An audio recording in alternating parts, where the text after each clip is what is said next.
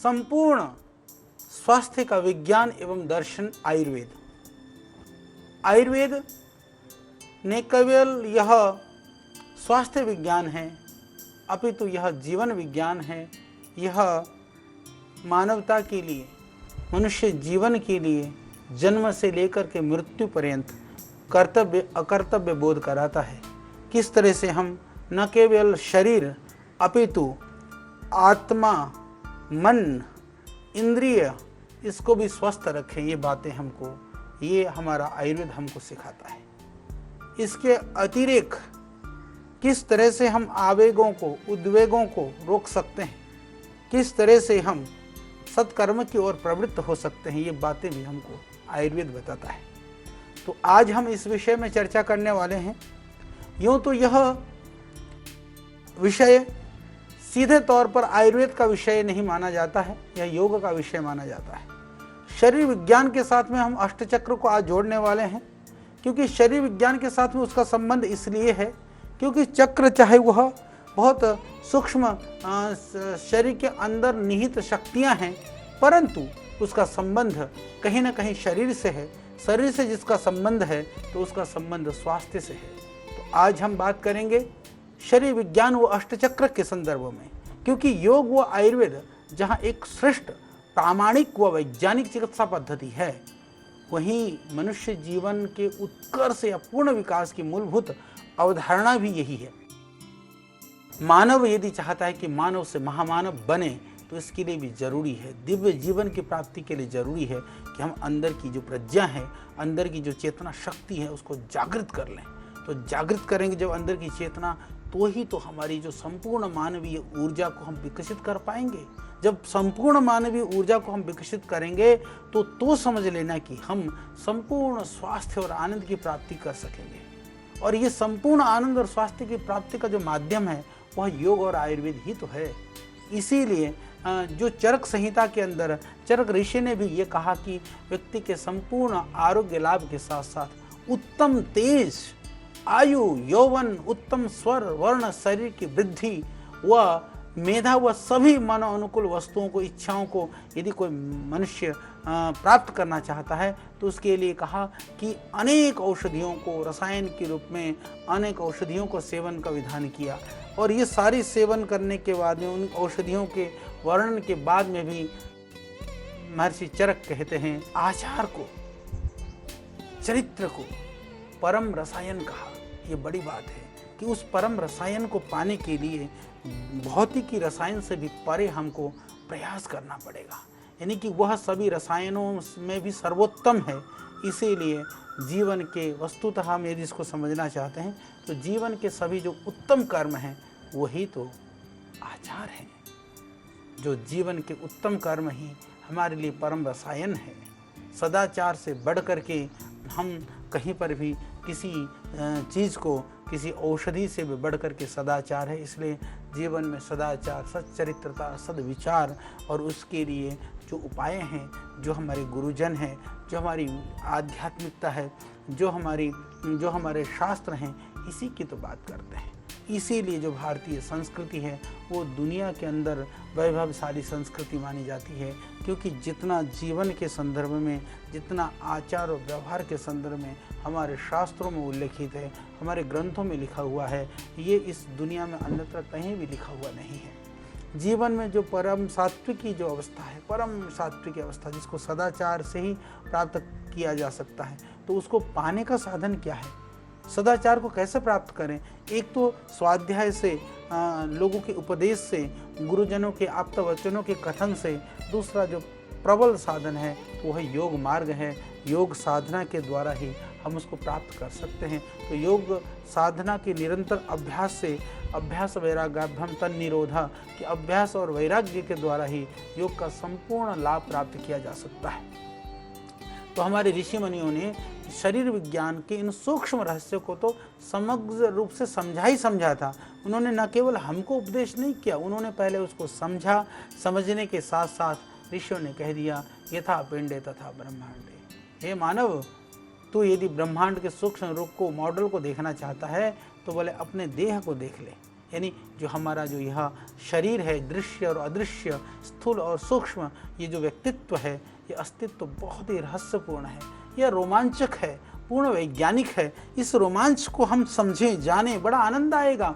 जब आप अपने देह को जानते हैं तो आपको साधना करने में भी आनंद आएगा। इस देह के रहस्य को समझेंगे तो चिकित्सा करने में भी आनंद आएगा। इस देह के रहस्य को समझेंगे तो चिकित्सा कराने में भी आनंद आएगा। औषध सेवन करने के बाद भी आप जल्दी ठीक हो सकेंगे, क्योंकि जब हम शरीर को नहीं समझते हैं तो ज़्यादा हम दुखी और परेशान होते हैं। तो शरीर को समझेंगे, शरीर के अंतर्निहित सूक्ष्म शक्ति को समझेंगे तो फिर उससे जो है शरीर को जानने के कारण से आपको, पहले तो आप रोगी ही नहीं होंगे, रोगी हो भी गए तो रोग को जल्दी ठीक करने में आपको इससे मदद प्राप्त होगी। तो इसीलिए आज हमने इस अष्टचक्र की जो बात, जो योग के अंदर सन्निहित है, इसकी बात इसलिए हम चर्चा कर रहे हैं क्योंकि इसको व्यापकता के साथ यदि आप शरीर के अंदर स्थित शक्तियों को, उन केंद्रों को जानेंगे तो उस केंद्रों को ही हम चक्र कहते हैं। तो इन चक्रों के संदर्भ में, क्योंकि जानना जरूरी है, इस चक्र के संदर्भ में अथर्ववेद में कहा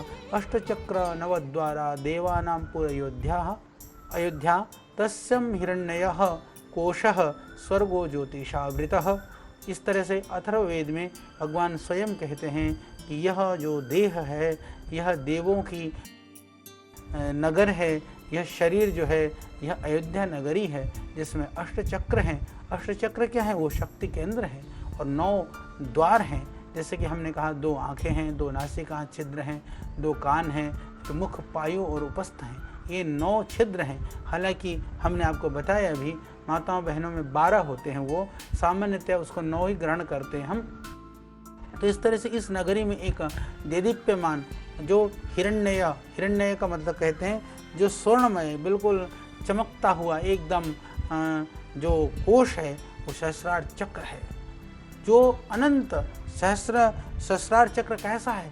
कहा जो अनंत, अपरिमित, असीम सुख शांति, परम आनंद और दिव्य ज्योति से परिपूर्ण है। यानी चक्रों के जागरण से, चक्रों का जागरण का अर्थ यह है कि वह, इस तरह से आप समझिए, चक्रों की जागृति चाहते हैं तो साधना की आवश्यकता है, साधना करते हैं तो चक्रों की जागृति होती है। ये ऐसा नहीं है कि सदाचार संयम के बिना चक्रों का जागरण होगा, और चक्रों का जागरण हो जाएगा तो आदमी कभी भी विकार दोषों से परिपूर्ण नहीं होगा। इसीलिए योगाभ्यासी, उपासक, साधक ही इससे दिव्य जो कोश है, जो खजाना है, उसको प्राप्त कर सकता है।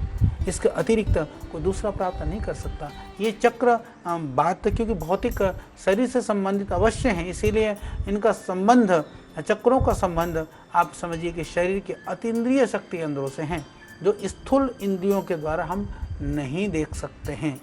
हाँ, ये सत्य है कि हम उसको देख तो नहीं सकते, पर इनसे जो ऊर्जा निकलती है, हमारे शरीर में से जो ऑरा निकलता है ना, उससे ही हमारा जो जीवनी शक्ति है उससे धारण होता है, जीवनी शक्ति इससे चलता है।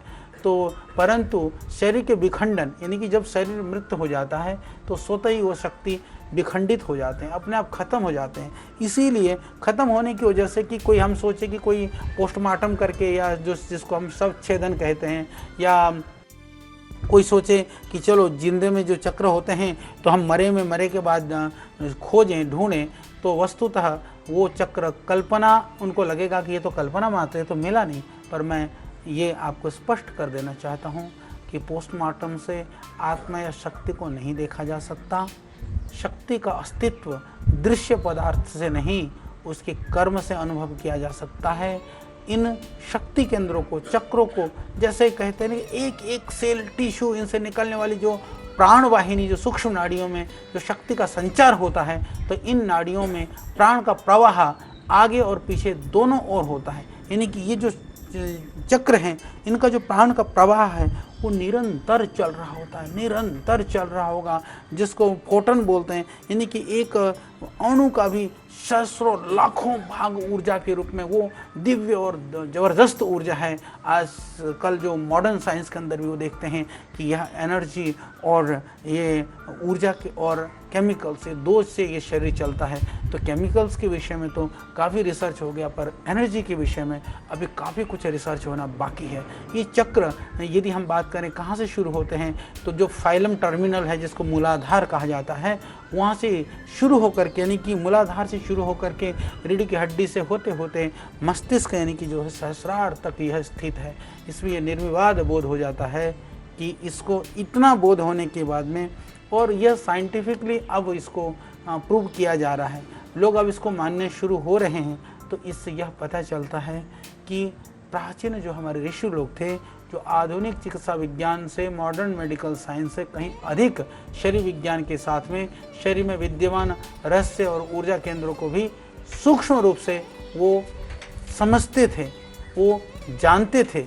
इससे यह पता चलता है कि प्राचीन काल के जो हमारे ऋषि थे, वो उनका जो ज्ञान था, उनका जो नॉलेज था, वो आधुनिक चिकित्सा विज्ञान से कहीं अधिक गहरा था। शरीर विज्ञान के साथ साथ में वो शरीर में विद्यमान अदृश्य ऊर्जा केंद्रों का भी सूक्ष्म व गहन ज्ञान रखते थे। उन्होंने शरीर में स्थित न केवल जो हमारे प्रमुख ऊर्जा केंद्रों की पहचान की, अपितु उन्होंने उन केंद्रों को, चक्रों को, शक्ति को भी जागृत करके आत्मशक्ति से परिपूर्ण होकर के आत्म उन्नति करके, उसकी आत्मोन्नति के द्वारा कैसे हम निरोगता को प्राप्त कर सकते हैं, कैसे स्वास्थ्य को प्राप्त सकते हैं, इसकी भी अनेक प्रकार की जो साधना, प्राणायाम, योग, ध्यान आदि क्रियाओं को भी उन्होंने बताया, यानी उसका आविष्कार किया।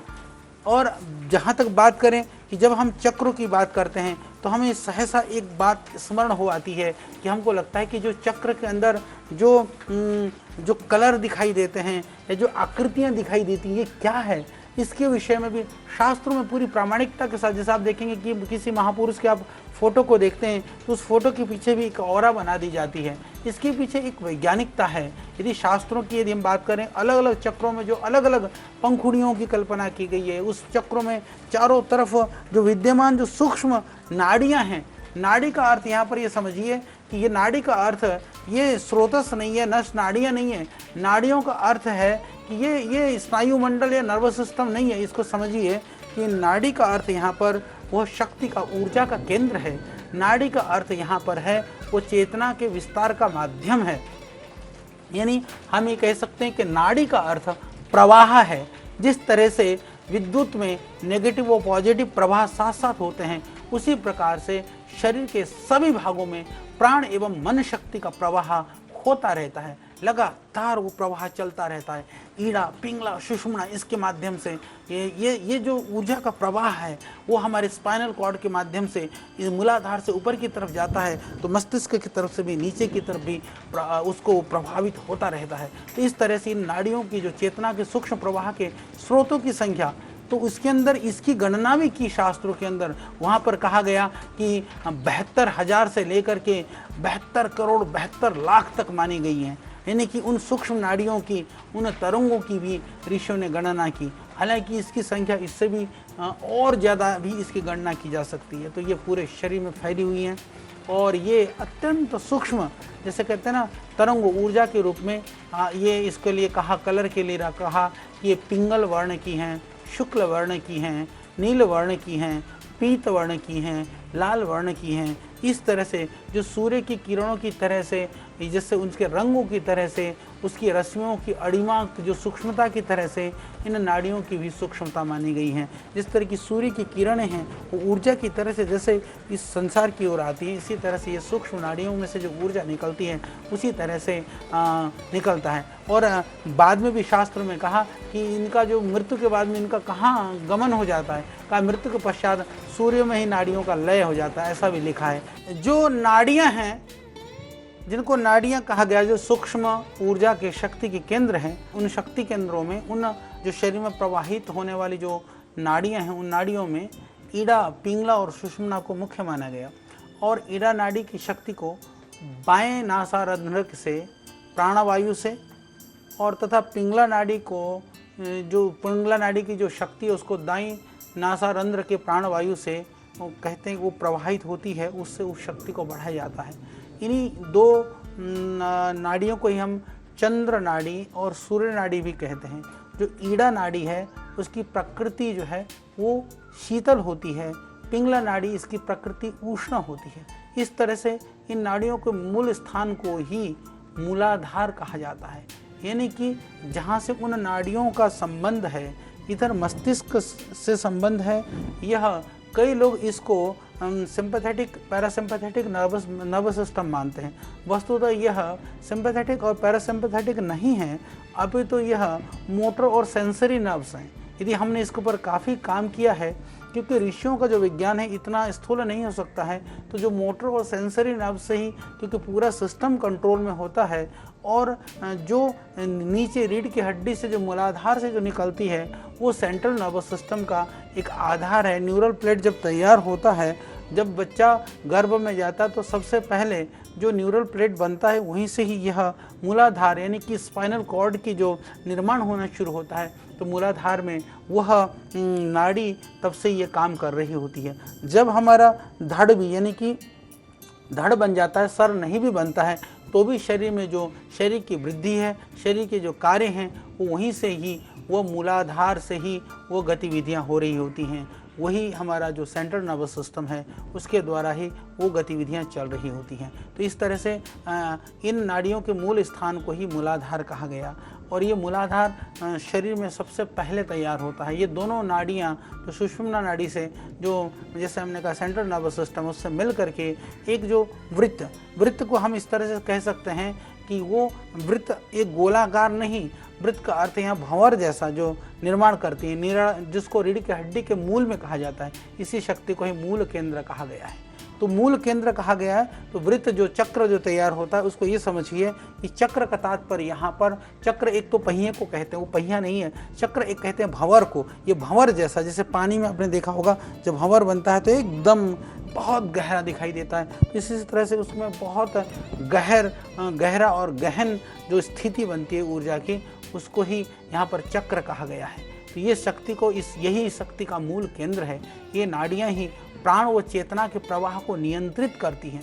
और यहाँ से सुषुम्ना तो सीधे ऊपर की ओर गति करती है, ईड़ा और पिंगला दाईं और बाईं ओर से ऊपर की तरफ चढ़ती है, और वो पूरा ऊपर और नीचे गति करती है। जो बीच बीच में जो शक्ति केंद्र हैं, चक्र हैं, उन चक्रों के स्थान पे ये नाड़ियाँ आपस में, क्योंकि चक्रों का एक बाएं साइड से एक दाईं साइड से चलती हैं, ये दोनों आपने देखा होगा, मोटर और सेंसरी वो अलग अलग साइड से चलती हैं।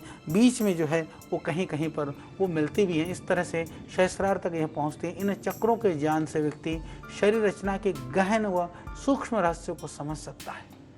और शक्ति केंद्रों में स्थित जो सुषुप्त शक्ति को, उन केंद्रों के अंदर में, जैसे हमने कहा कि मन के अंदर अपार शक्ति है, इसी तरह से हमारे इन सूक्ष्म नाड़ियों में, हमारी इन शक्ति केंद्रों में अपार शक्ति और सामर्थ्य है। इसको जगाया जा सकता है। इसको जगा करके आप मानसिक की शांति के साथ साथ में आप अपार अपने स्वास्थ्य को, अपने शारीरिक निरामय को भी प्राप्त कर सकते हैं। इन नाड़ियों के शुद्धिकरण से ही, योग साधना से शुद्धिकरण तभी होती है जब हम साधना करते हैं। तब क्या होता है कि शक्ति मूलाधार से जागृत होकर के सहस्रार में पहुंच जाती है।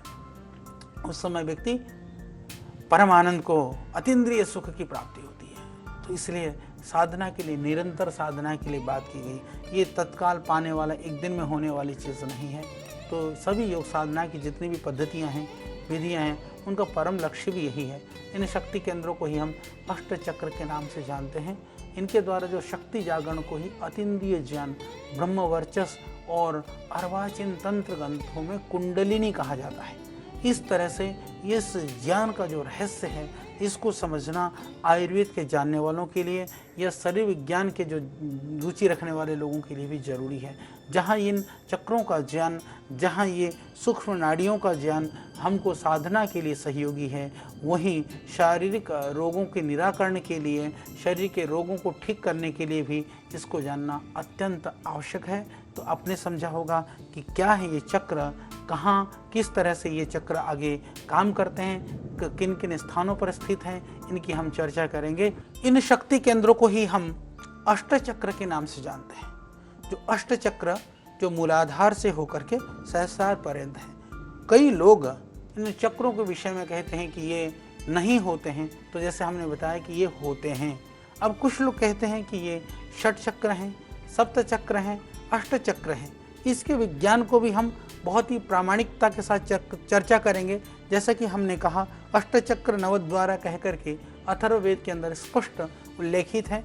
और इन अष्टचक्रों का कार्य, अष्टचक्रों के नाम, उनके स्थान, इसके विषय में हम अभी बृहद चर्चा करेंगे। पर आप ये अवश्य जानिए कि हमें चाहे शरीर को ठीक रखना है तो भी साधना करनी होगी, यदि हमको मन को ठीक रखना है तो भी साधना करना होगा। तो इसीलिए, क्योंकि साधना के बिना कोई गति नहीं है, जब हम साधना करते हैं तो ही भोग के लिए भी, अपवर्ग के लिए भी, योग से ही, योग करने वाला ही दुनिया का भोग कर पाएगा, योग करने वाला ही दुनिया से मुक्त भी हो पाएगा। चाहे आपको भोग करना है, चाहे आपको इस संसार से मुक्त हो जाना है, यानी आपको श्रेय मार्ग का पथिक बनना है या प्रिय मार्ग का पथिक बनना है, तय आप कर लें, पर योग आपको फिर भी करना होगा। योग से, साधना से कहीं हमको विरत नहीं होना है, विमुख नहीं होना है, यह आपको समझना है। क्योंकि इनके योग साधना के द्वारा ही, योग साधना की विधि के ज्ञान के द्वारा, पहले विधि चाहिए, ज्ञान चाहिए, फिर उसके साथ में सही ज्ञान के साथ में सही हमारी गति और प्रवृत्ति चाहिए। तो ये आयुर्वेद के जो संपूर्ण ये स्वास्थ्य का जो विज्ञान है, उसके अंदर इन योग के गूढ़ रहस्यों को भी, आयुर्वेद के गूढ़ रहस्यों को भी शरीर से लेकर के, इंद्रियों से लेकर के आत्मा तक की बात हम कर रहे हैं। ये इसलिए कर रहे हैं क्योंकि जब इनका बोध हो जाता है तो ये जीवन का जो रहस्य है, संसार की जो ये विविधताओं की, इस जटिलताओं के अंदर छिपा हुआ जो रहस्य है, वो हमको समझ में आने लगता है।